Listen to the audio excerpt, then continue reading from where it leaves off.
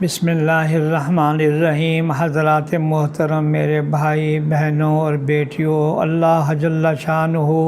ہمارے دلوں کے اندر جناب رسول اللہ صلی اللہ علیہ وسلم اور آپ کے سارے اہل بیت اطہار کی محبت رچا دے، بسا دے، اور یا اللہ ہمارا ذریعہ نجات بنا دے۔ اسلام کا کوئی دور ایسا نہیں گزرا ہوگا کہ جس میں اہل سنت کے اکابر علماء اور محدثین نے اہل بیت کے فضائل اور مناقب نہ لکھے ہوں، ان کے ادب و احترام کی تاکید نہ کی ہو۔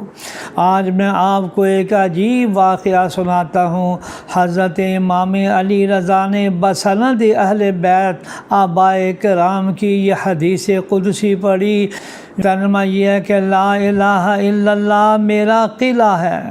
پس جس نے اس کو کہا تو وہ میرے قلعے میں داخل ہو گیا، اور جو میرے قلعے میں داخل ہو گیا وہ میرے عذاب سے امن میں آ گیا ہے۔ حضرت امام احمد بن حنبل رحمۃ اللہ علیہ جب اس سند اہل بیت کو ذکر کرتے تو فرماتے لو قرئ علی مجنون لافاقا او علی مریض لبرأ، اگر کسی مجنون پر یہ اہل بیت کی صدد پڑھی جائے تو اسے آرام آ جائے، اور کسی مریض پر یہ صدد پڑھی جائے تو وہ صحت پا جائے۔ وہ مبارک سند مع حدیث قدسی یہ ہے، وہ سن لیجئے اور یاد کیجئے۔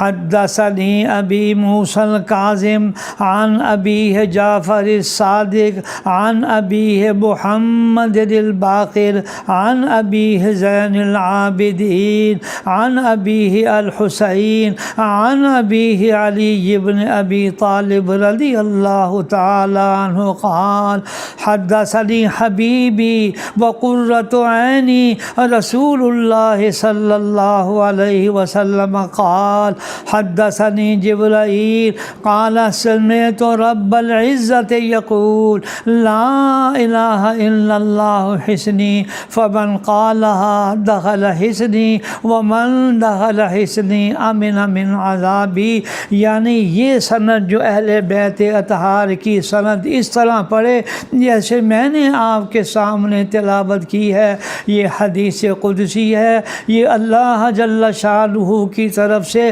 جناب رسول اللہ صلی اللہ علیہ وسلم کو بتلائی گئی ہے۔ لہذا میں تمام حضرات سے درخواست کروں گا کہ یہ اہل بیت اطہار کی اس سند کو یقیناً حفظ جان بنائیں، جس میں حضرت ابی موسیٰ، حضرت جعفر صادق، حضرت محمد باقر، حضرت زین العابدین، حضرت حسین، حضرت علی بن ابی طالب اور جناب رسول اللہ صلی اللہ علیہ وسلم اور حضرت جبرائیل، اور پھر ارشاد الہی ہے کہ جو آدمی اس کلمہ طیبہ کی حفاظت کرے گا تو وہ میرے قلعے میں داخل ہو گیا اور میرے عذاب سے امن میں آ گیا۔ یا اللہ ہمیں اس سند کی بھی قدر کرنے کی اور کلمہ طیبہ کی بھی قدر کرنے کی توفیق عطا فرما، اور ہم سبوں کا ایمان کامل پر خاتمہ نصیب فرما،